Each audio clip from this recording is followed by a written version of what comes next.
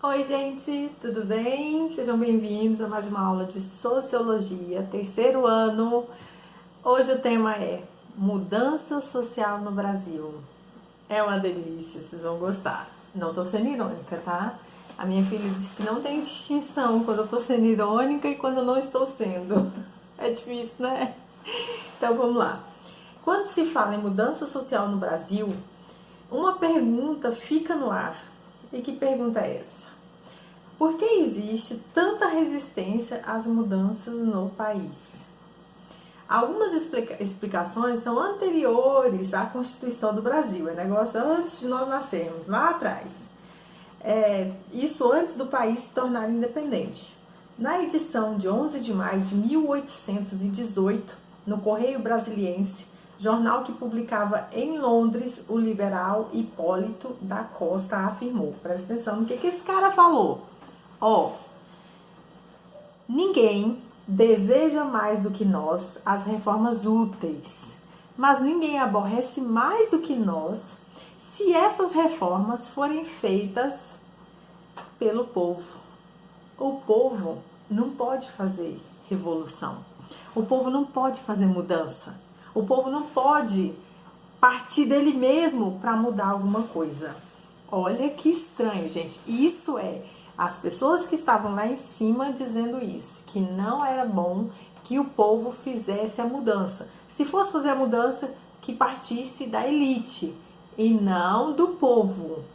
Porque a elite consegue fazer a mudança, muda um pouquinho assim para o povo e dá aquela ilusão de que está mudando muita coisa, mas continua reinando, porque eles não querem abrir mão dos seus privilégios que foram conquistados há muito tempo e eles estão no poder há muito tempo e eles não querem de modo nenhum abrir mão desse poder.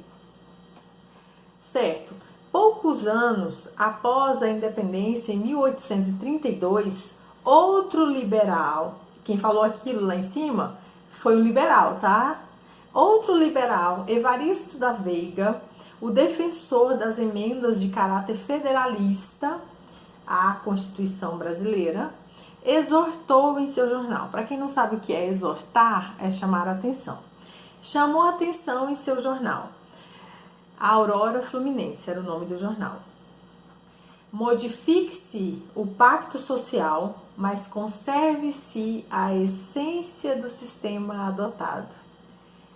Faça-se tudo quanto é preciso, mas evite-se a revolução. Esses liberais têm um medo, né, de uma revoluçãozinha, têm um medo do negócio degringolar e eles perderem os poderes que têm. Ô, bando de salafrários. A fala dos dois liberais ajuda a entender por que a independência do Brasil não significou uma revolução. Foi um mero ato de independência. Tá pronto, o Brasil é independente, é mais ou menos isso, é para inglês ver, para mostrar para outras pessoas quando na verdade não muda muita coisa. Apesar do Brasil se tornar independente de Portugal, suas estruturas políticas, sociais e econômicas praticamente não foram afetadas, enquanto em toda a América Latina aconteceram transformações com o processo da independência dos seus países, transformações de verdade, as nossas aqui foram fictícias. E essas transformações tornaram, por exemplo, o fim da escravidão nesses países que lançaram a independência. E aqui no Brasil continuou sendo uma monarquia e manteve a escravidão. Assim, é muito errado, é muito errado. Então, a expressão de Dom Pedro I serve de exemplo. Olha o que ele disse. Tudo farei pelo povo e para o povo, mas nada com o povo. Que democracia errada é essa, gente? Se bem que na época não era democracia. Mas, pelo amor de Deus, eu vou repetir, porque talvez você não tenha entendido. Até me perdi. Onde é que eu tô aqui? Me perdi do velhinho. Ah, tá. Tudo farei pelo povo, para o povo, mas nada com o povo. Além disso, quando nós analisamos a instalação da República no Brasil, nós constatamos que houve mudança nas estruturas políticas e na organização do poder, mas os que dominavam no Império continuaram dominando na República. Mudou-se o modo de governar de Império para República, mas aí continuou a mesma coisa. Talvez a frase que melhor sintetize esse tipo de conduta e pensamento dominante desde a independência seja o de Antônio Carlos, que foi governador de Minas Gerais e presidente do Partido Republicano Mineiro, PRM, um pouco antes do movimento de 1930. Olha o que ele disse: façamos a revolução antes que o povo a faça. Ele só pegou as frases lá de cima do primeiro liberal lá, Hipólito da Costa, e reproduziu. O medo, né, que esse povo tem do povo fazer uma revolução. Pois eu ainda vou viver para ver o povo fazendo uma revolução. Vou. Certo? Quem domina o país faz de tudo para continuar no controle, mesmo havendo mudança. Assim, os termos modernização ou reforma, eles são fictícios quando é em relação ao Brasil. Não é de verdade. Então, seria muito mais apropriado para caracterizar o tipo de mudança que tem ocorrido no Brasil, não se pode chamar de revolução. Não se pode chamar de revolução as mudanças que já aconteceram no Brasil desde a independência. Não é revolução, gente. Não é. Aqui no Brasil, não é. Porque continuam as mesmas caras, continuam os mesmos poderes reinando por trás. Certo? Então, vamos ver duas revoluções no Brasil no século XX. Vamos lá. O Brasil no século XX conviveu com muitos movimentos políticos localizados. Dois foram duradouros e tiveram significativas repercussões na vida dos brasileiros: as revoluções de 1930 e a de 1964. A Revolução de 30. Como já vimos, o movimento cívico-militar, chamado de Revolução de 30, que desembocou na tomada de poder de Getúlio Vargas, foi apenas uma mudança de grupo na estrutura do poder do Estado brasileiro. Ó, vai vendo, gente. Tinha um poder, aí veio outro e tomou, mas continuou fazendo a mesma coisa. Na década de 1920, os grupos que dominavam a política nacional eram os mesmos desde o Império. No quadro socioeconômico, dois elementos sinalizavam mudança: uma pequena industrialização nas cidades grandes e um significativo movimento de trabalhadores, que aí começa a surgir os sindicatos, que tinha por base as ideias anarquistas. Com a crise internacional de 29, que aconteceu lá em Nova York, entretanto, a situação no Brasil piorou, pois muitas fábricas fecharam, o café deixou de ser exportado, houve desemprego no campo e na cidade, além da fome e o desamparo do Estado. O Estado passou a se tornar mínimo e não estava nem aí mais para a sociedade e a população. E foi nesse contexto que se desenvolveu um movimento que alterou os grupos de poder. Ó, presta atenção, só alterou os grupos de poder, trocou os personagens. Apesar que Getúlio Vargas fez bastante pelo Brasil, dada a situação em que ele governava, em regime ditatorial. Não estou aqui defendendo o governo dele, só estou dizendo que aconteceram umas coisas que foram até legais para nós e que os próximos governos depois foram desmanchando todas as conquistas que ele fez. Analistas desse movimento classificam como uma revolução do alto, uma revolução passiva, uma revolução que vem de cima para baixo. Isso não é revolução, gente. Isso não é revolução. Seria uma revolução sem revolução. Meu Deus do céu, o Brasil é cheio de fake news desde a época da independência. Então, com essas classificações, queremos dizer que houve uma mudança social sem a participação popular, feita com base nos interesses das classes dominantes. E por meio dessa revolução, entre aspas, como já vimos, o governo de Getúlio Vargas, que era autoritário, fez o encaminhamento de questões sociais e econômicas. Então ele procurou construir uma infraestrutura necessária ao processo de industrialização, que era o quê?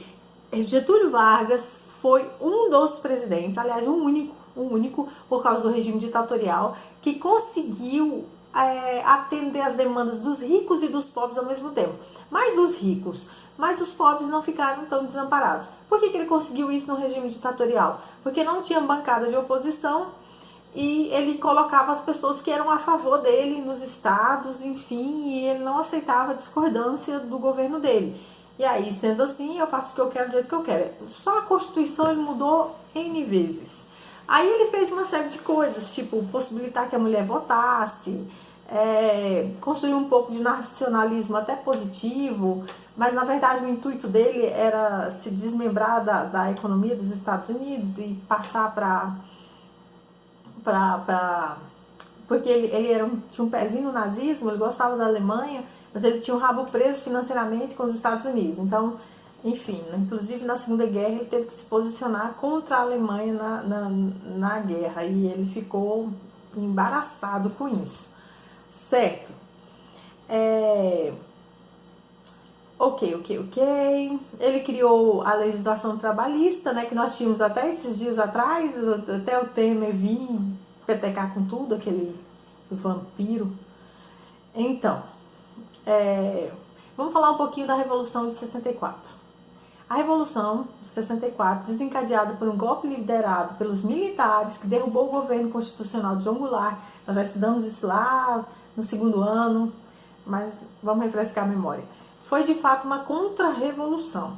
Os movimentos sociais de trabalhadores do campo e da cidade vinham se organizando gradativamente desde meados de 1950 e estavam conquistando muitos direitos, o que significava uma mudança muito importante para o Brasil. Aí sim seria uma mudança social de verdade, vinda do povo, de baixo para cima. E por estarem conquistando muitos direitos, isso incomodou bastante. E, embora não se configurasse um processo revolucionário capaz de transformar radicalmente o sistema político e econômico, havia um grande avanço na participação dos setores populares na condução dos destinos do país. Karl Marx delira, né? Se ele fica sabendo disso, que o Brasil estava caminhando para fazer realmente uma revolução. Só que isso não era interessante para os grandes proprietários do campo, nem para as indústrias da cidade, e nem para as empresas estrangeiras que estavam instaladas no país.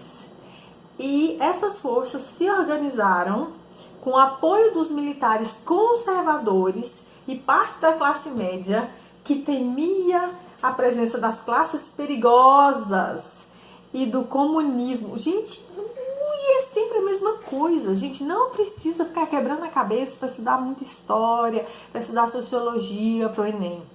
É basicamente isso aqui que eu estou dizendo para vocês. Tudo que vai contra os liberais, que vem de baixo, que parte dos trabalhadores, que vai proporcionar para as classes mais baixas uma vida melhor, é visto como um comunismo, é visto como algo ruim, é visto como classes perigosas. É só um modo de manter-se no poder e de não abrir mão do poder conquistado lá atrás. Então, olha só o que aconteceram. Aí, isso tudo propiciou o golpe militar em 1º de abril de 1964. Os militares reprimiram intensamente todos os movimentos populares e depois estabeleceram a censura aos meios de comunicação. Gradativamente, retiraram uma série de direitos dos trabalhadores e ampliaram muito mais a presença do capital estrangeiro no Brasil. Péssimo. E no final do período da ditadura militar, a inflação brasileira era maior do que em 64 e configurou-se uma desigualdade social nunca vista até então. Além disso, foi contraída uma dívida externa gigantesca, o que colocava o país nas mãos dos grupos financeiros internacionais.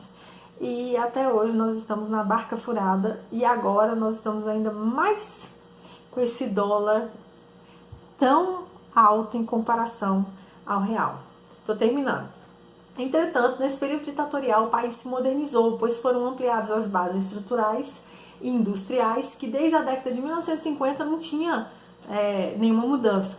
Então, desenvolveu-se a infraestrutura na área de energia, de transporte, alterou-se profundamente a agricultura nacional, o que tornou uma atividade capitalista mais significativa. E com essas medidas, criaram-se as bases para que houvesse uma presença capitalista em todos os setores da sociedade, mesmo que isso significasse a marginalização da maior parte da população. Ou seja, quem era pobre ficou muito mais pobre. E isso era socialmente, politicamente e economicamente marginalizados mesmo. E nem tinha internet para ajudar a galera, era na raça mesmo e no peito. Mas a grande mudança ocorreu no modo de vida da população urbana. E essa mudança, ocasionada pela produção em massa dos mais diversos setores industriais, como alimentos, roupas, eletrodomésticos e automóveis, foi coroada pela expansão das comunicações telefônicas e principalmente pela presença marcante da TV, da televisão, que se estendeu por quase todo o território nacional e de alguma forma criou novos comportamentos e valores. Aí na aula que vem nós vamos ver então sobre a modernização conservadora que o Brasil experimentou. Então é isso, gente. Eu espero que vocês tenham gostado da aula. Na aula passada eu esqueci de dar um beijinho, mandar um beijinho pra Alana. Alana, não esqueci não, é porque é muita coisa. Ó, beijão pra Alana, Fernanda, que tá comentando também, uma gracinha. Acorda, Amanda, Larissa, Samira. Ah, essas gurias, acorda. Ó, beijão pra Paula Guiar também, que tá aí sempre vendo, assistindo. Beijo, querida. Até mais.